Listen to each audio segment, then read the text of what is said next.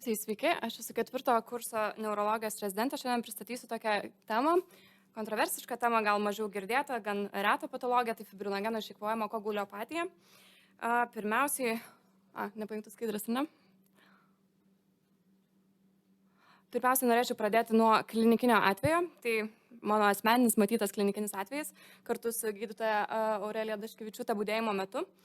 Tai priėmimo skyrių atvyko 68 metų vyras vakare. Apie 8 valandą nuėjęs miegoti sveikas, 21 valandą prabudo, stebėta veido simetrija, dizartrija. Vežant į ligoninę pastebėjote, kad nusilpo kairė ranka. Apžiūrint neurologui, taip pat stebėta žvilgsnio parezė, kairė centrinė prozoparezė, dizartrija, kairios rankos parezė. Niksas 4 balai. Iš gyvenimo anamnezės pacientas turintis daug visokių gretutinių patologijų, tai kardiologinė patologija, prieš kelis metus buvo šuntuotas koronarai, arterinė hipertenzija, dislipidemija, epilepsija, vartojantis nemažai vaistų.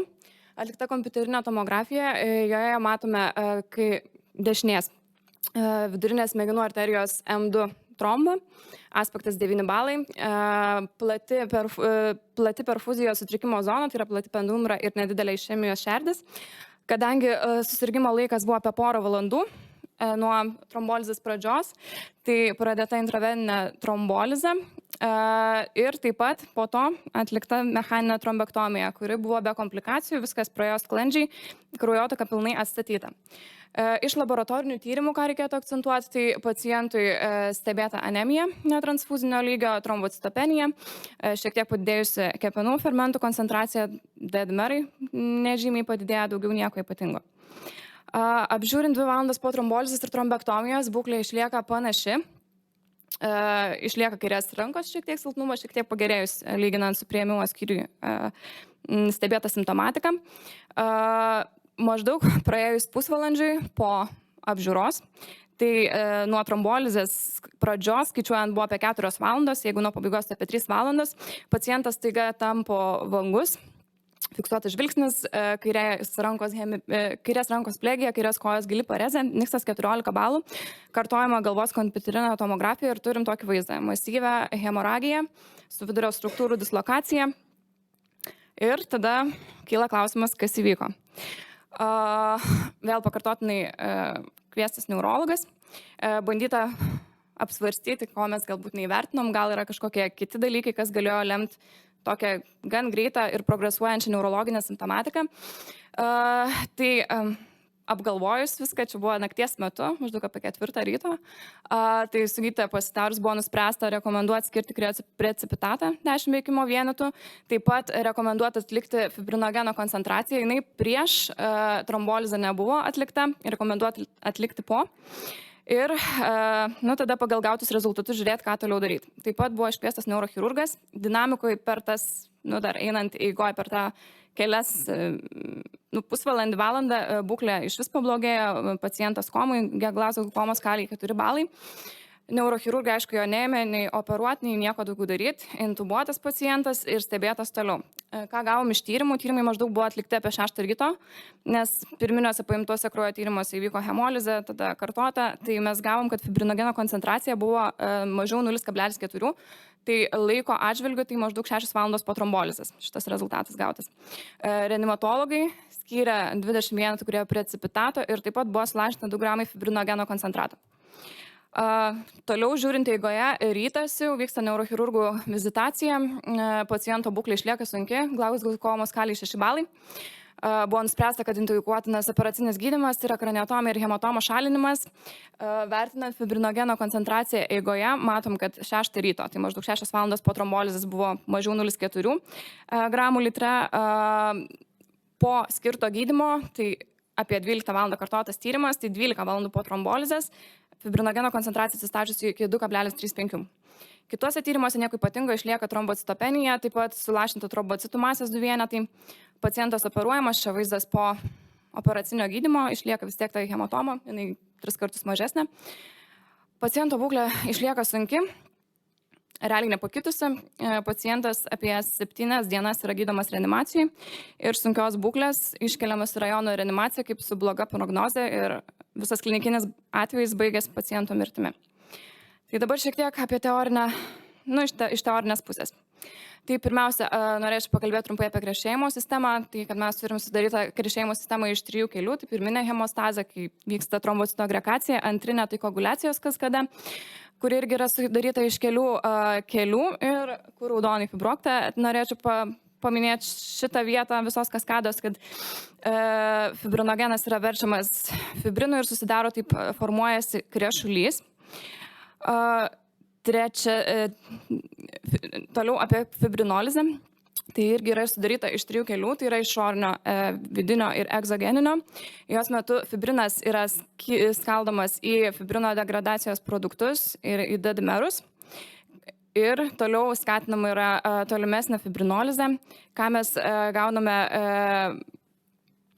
koks yra trombolitiko veikimo principas. Tai rekombinantinis audinių plasminogeno aktyvatorius, tai yra aktilizė, prisijungia prie besiformuojančio trombo fibrino ir taip skatinama fibrino degradacija į skilimo produktus.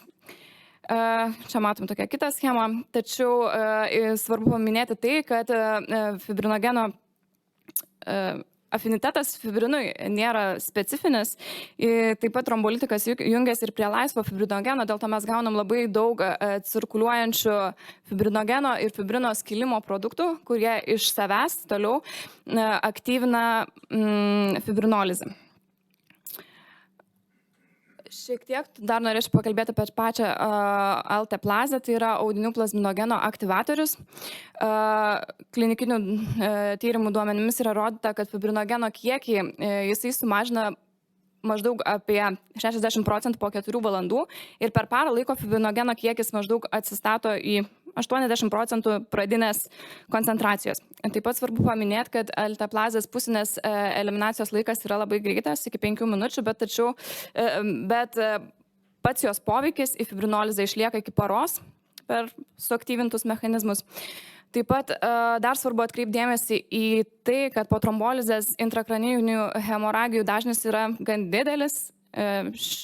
Būtent šio aprašymo metodikose yra iki 27%, tačiau tik apie 10% iš jų yra simptominės ir duoda klinikinę simptomatiką ir jas reikia kažkaip koreguoti ir gydyti. Ir toliau prieinam prie mūsų tos temos, tai yra fibrinogenų išeikvojimo koaguliopatijos. Remiantis paskutinių studijų duomenimis, tai apibrėžimas šitos patologijos yra toks, kad tai yra fibrinogeno koncentracijos sumažėjimas po trombolizės praėjus 2 valandom po trombolitiko pabaigos sulašėjimo ir fibrinogeno koncentracija sumažėja maždaug apie 50% nuo pradinės koncentracijos arba yra mažiau negu 2 gramai litre. Dažnis hemoragijų, kaip ir minėjau, nėra didelis. Kai kurių tyrimų duomenimis jis siekia iki 12%, vertinant iš visų hemoragijų, kurios yra kai kurios nesimptominės. Taip pat vieno tyrimo atlikto duomenimis buvo įrodyta, kad fibrinogeno koncentracijos sumažėjimas mažiau negu 2 gramai litre po trombolizės reikšmingai padidina ankstyvų parenchiminių hemoragijų atsiradimo riziką. Ir taip pat, jeigu mes turim dar mažesnę fibrinogeno koncentraciją, šiuo atveju mažiau 1,5 gramo litre, tai padidėja jau esamos hemoragijos didėjimo rizika.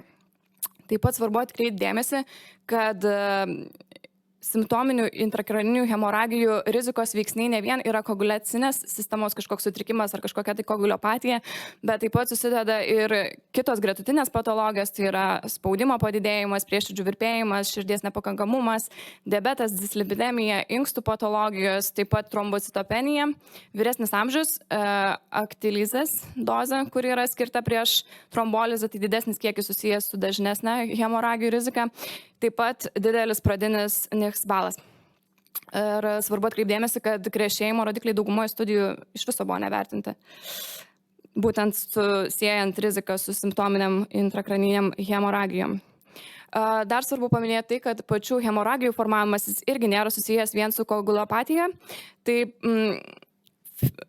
trombolitikas aktilizė taip pat paveikia ir hematoencefalinio barjero pralaidumą, suaktyvina metalo protezės, kurios pažeidžia bazinę membraną. Taip pat dėl pačio išeminio proceso didėja intrakraninių hemoragijų rizika ir taip pat hemoragijos pačios iš savęs formuojasi ir dėl staigaus tos užkimštos kraujagyslės spindžio atkūrimo. Dabar apie klasifikaciją trumpai. Simptominės hemoragijos yra klasifikuojamos įvairiai, yra atlikta nemažai tyrimų. Bendrais principais skirstant, tai hemoragijas simptominės skirsto į hemoraginį insultą arba parenchiminės hematomas.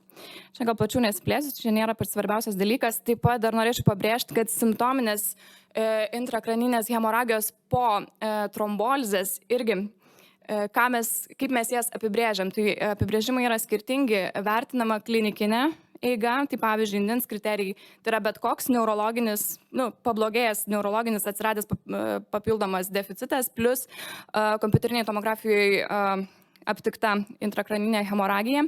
Pagal EKAS klasifikaciją tai turim NICS padidėjimą daugiau nei 4 balais ir kompiuteriniai tomografijoje patvirtinta hemoragija. Pavyzdžiui, dar viena tokia klasifikacija iš dažniau naudojamų SITMOST klasifikacija, tai irgi yra neurologinės būklės pablogėjimas bent 4 balais vertinant pagal NICS-ą. Ir kas dar yra susijęs su laiku, tai turi būti praėję iki 36 valandų po trombolizės vertinant ir kompiuterinė tomografija matoma, pavyzdžiui, šiuo atveju parenchiminė hemoragija, kuri yra antro tipo. Tai yra gan didelis stambus pažeidimas su vidurio struktūrų dislokacija. Dabar šiek tiek trumpai apie ką kitos studijos rado. Tai 2013 metų Austrų atliktoje studijoje buvo įrodyta, kad fibrinogeno koncentracijos mažėjimas taip pat siejamas su ADTL ir INR didėjimu, kaip parodyta grafike kairėje. Ir taip pat šioje studijoje buvo įrodyta, kad vidutiniškai po 6 valandų po trombolizės apie 5% pacientų fibrinogeno kiekis buvo mažiau 2 gramų litre arba sumažėjęs daugiau nei 50% nuo pradinės koncentracijos. Ir tai gerokai padidina simptominių intrakranijinių hemoragijų riziką, kaip matom čia, kur apibraukta raudonai. Kairėje tai yra simptominės intrakraninės hemoragijos, dešinėje aplamai didieji kraujavimai pilvo ertmę ar kažkur kitur. Tai labai padidėja rizika, jeigu sumažėja fibrinogeno koncentracija ženkliai. Kitame atliktame tyrime buvo įrodyta taip pat, kad fibrinogeno išsekimas po trombolizės yra reikšmingas hemoragijų prognostinis veiksnys. Dar kiti veiksniai, tokie, kurie yra svarbesni ir įrodyti, yra vyresnis amžius, diabetas ir didelis pradinis NICS balas, daugiau negu 10 balų. Italų atliktas tyrimas taip pat parodė, kad čia buvo gana didelė imtis, 1700 beveik žmonių ištirta, kuriem buvo įvykęs insultas ir taikyta trombolizė, apie trečdalis jų turėjo fibrinogeno išsekimo koaguliopatiją. Ir čia matom pagal skirtingus kriterijus, kaip mes vertinam tas simptominės intrakraninės hemoragijas, tai maždaug nuo 8% iki 10% stebėtos simptominės intrakraninės hemoragijos iš tų, kurie turėjo fibrinogeno išsekimo koaguliopatiją. Ir tai buvo statistiškai reikšmingas prognostinis veiksnys. Dar viena atlikta tokia studija, tai kinų imtis irgi buvo nemaža, apie 1300 pacientų. Tai buvo įrodyta, kad fibrinogeno kiekio pokytis laike, tai vertinant prieš trombolizę ir 2 valandos po trombolizės, reikšmingai padidina parenchiminių hemoragijų riziką ir taip pat simptominių intrakraninių hemoragijų riziką. Ir dar buvo vertinta, jei pacientui skirta tik trombolizė, tai fibrinogeno sumažėjimas mažiau 2,5 gramo litre arba pokytis nuo pradinio ir po trombolizės vertintos skaičius yra daugiau negu 0,5 gramo, tai jau padidina reikšmingai simptominių intrakraninių hemoragijų riziką. Jeigu turim trombolizę, trombektomiją, tai mažiau 2 gramų litre. Fibrinogeno koncentracija po 2 valandų po trombolizės ir pokytis daugiau negu gramas litre, vertinant nuo pradinės ir po trombolizės, reikšmingai padidina simptominių intrakraninių hemoragijų riziką. Tai va, čia tarp rizikos veiksnių, kas gali turėti tą fibrinogeno išnaudojimo koaguliopatiją, taip pat buvo patvirtinta, kad tai yra susijęs su amžiumi, su didesniu pradiniu NICS skaičiumi, su prieširdžių virpėjimu ir su didesne alteplazės doze. Dar viena studija prancūzų, čia tirti buvo apie 70 pacientų. Tokia apibendrinanti išvada buvo gauta, kad iš esmės fibrinogeno koncentracijos sumažėjimas po 2 valandų po trombolizės ir fibrino ir bei fibrinogeno degradacijos produktų kiekio padidėjimas statistiškai reikšmingai padidina parenchiminių intrakraninių hemoragijų dažnį. Dar viena studija italų, taip pat čia imtis nebuvo labai didelė, apie 100 pacientų, buvo įrodyta tai, kad fibrinogeno koncentracijos sumažėjimas mažiau 2 gramų litre arba daugiau negu 25% nuo pradinės koncentracijos statistiškai reikšmingai padidina intrakraninių hemoragijų riziką. Taip pat susijęs buvo ir Nix balas. Kuo didesnis, tuo didesnė rizika, kad įvyks hemoragija.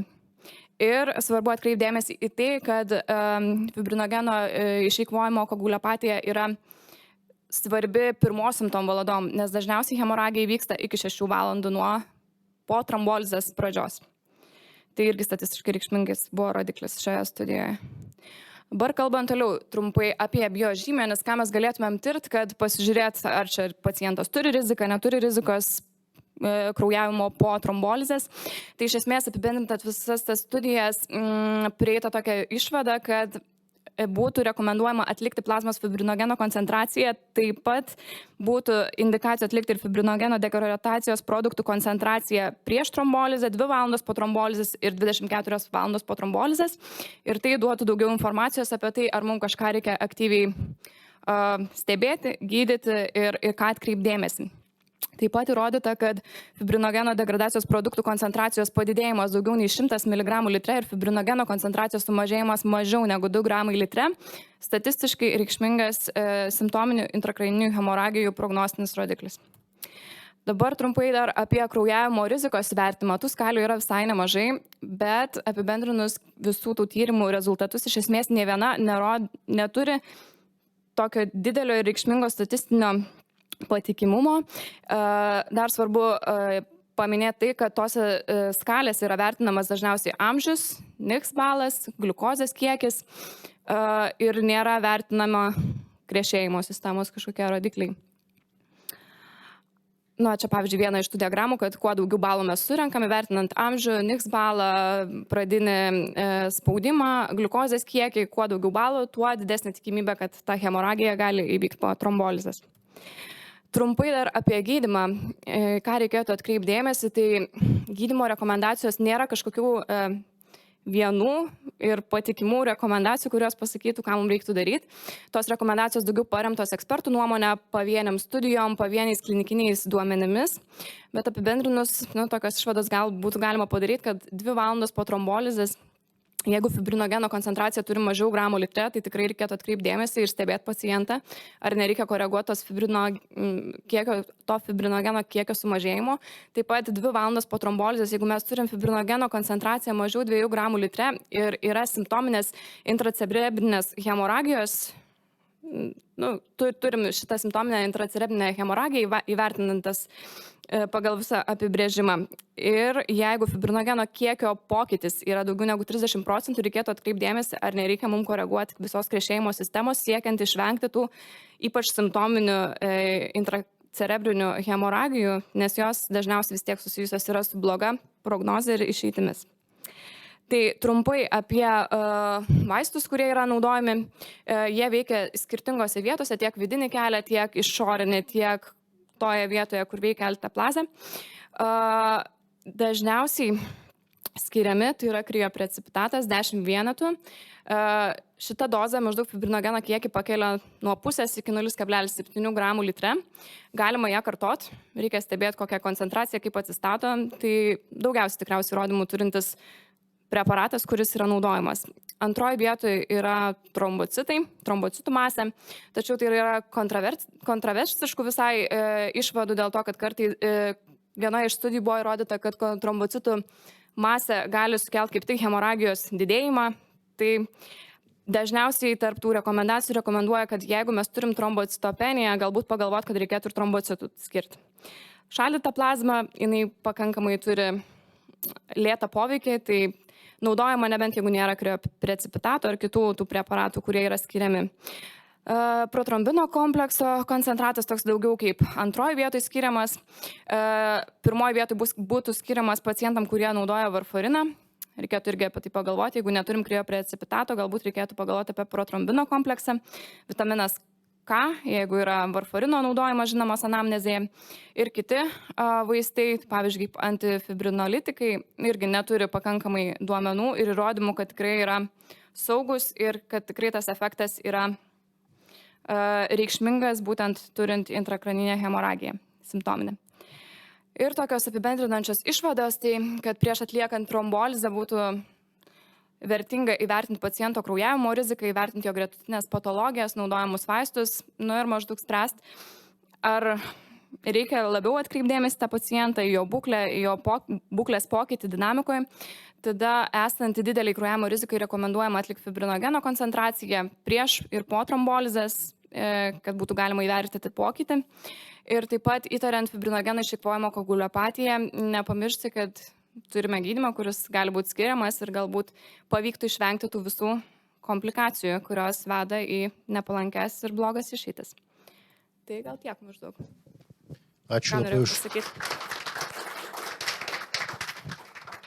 Ačiū labai už įdomų pranešimą. Iš tikrųjų, nauja tema, apie nėra daug kalbama, galbūt kokių klausimų. Prašau. Labadiena, ačiū už jūsų pranešimą. Toks vienas, nežinau, praktinis, nepraktinis klausimas.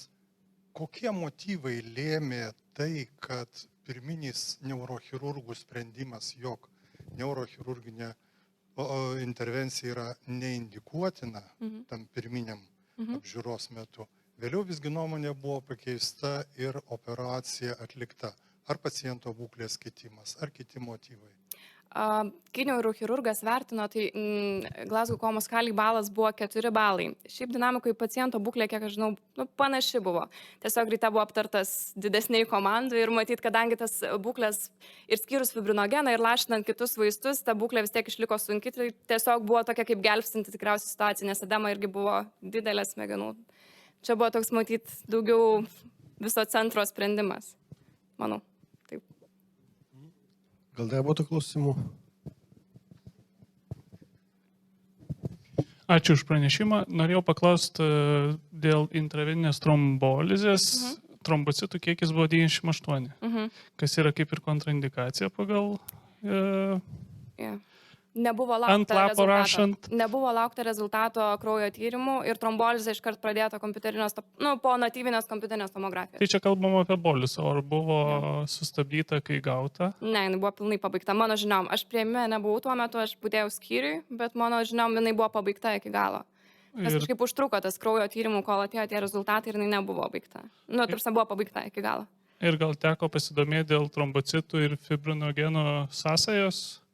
Nes šiaip kiekis mažas, nebuvo anamnezijos jokios trombocitopenijos. Anamnezija tikriausiai buvo alkoholio vartojimas pagal visą konstituciją paciento, tai manau, kad čia tas mechanizmas vedė į tą trombocitopeniją. Šiaip kažkokių lygų, kepenų lygų, patologijos kažkas nebuvo nustatytos prieš tai. Gal dar būtų klausimų?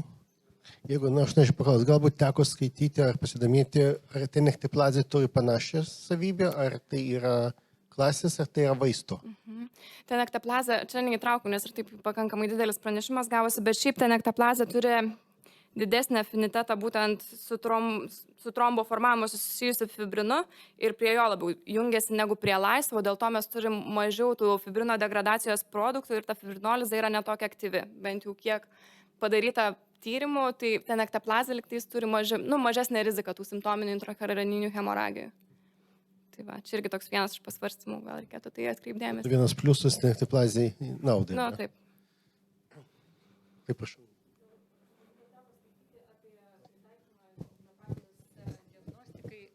Rotemo testo? Nebuvo paminėta kažkaip tarp šitų visų, nebuvo akcentuota tarp tų studijų, kiek man teko pasidomėti. Padėtų greičiau diagnostiką padaryti ir greitai mes turėtumėm atsakymą, turbūt fibrinogeno išsekimą. Vienam pacientų pabandėm padaryti rotemą su simptominė hemoragija, pakitimų nebuvo visiškai normos ribose, nepasikeitys. Panašu, kad kitokie mechanizmai vis dėlto. Aišku, iš vieno tyrimo turbūt labai sunku pasakyti, bet... Taip, bet čia labiau, kad čia medikamentai įtakojo turbūt fibrinogeno netekimą, tai galvoju. Šitoje vietoje galimai būtų įdomu pažiūrėti iš tikrųjų fibrinogeną. Bet trombolizuotėm pacientams. Aišku, dar buvo ir trombektomija, bet ta trombektomija, vėlgi, kaip ir neturi įrodymų, kad turi didesnę riziką tie pacientai turėti simptominės intrakraninės hemoragijos, trombektomija praėjo, gerai, nebuvo ten kažkokių komplikacijų, pakraujavimo ir panašiai. Tai dabar sunku atsekti, kas nuo ko, plus mes neturim pradinio fibrinogeno. nu nežinau, tai buvo, kad nepadarytas. tiesiog. Gerai, Jisai turbūt taip- dėl vietos takos mes šitas diskusijas sustabdysim, eisim toliau, bus laiko padiskutuoti toliau. Tai iš tikrųjų labai aktuali tema.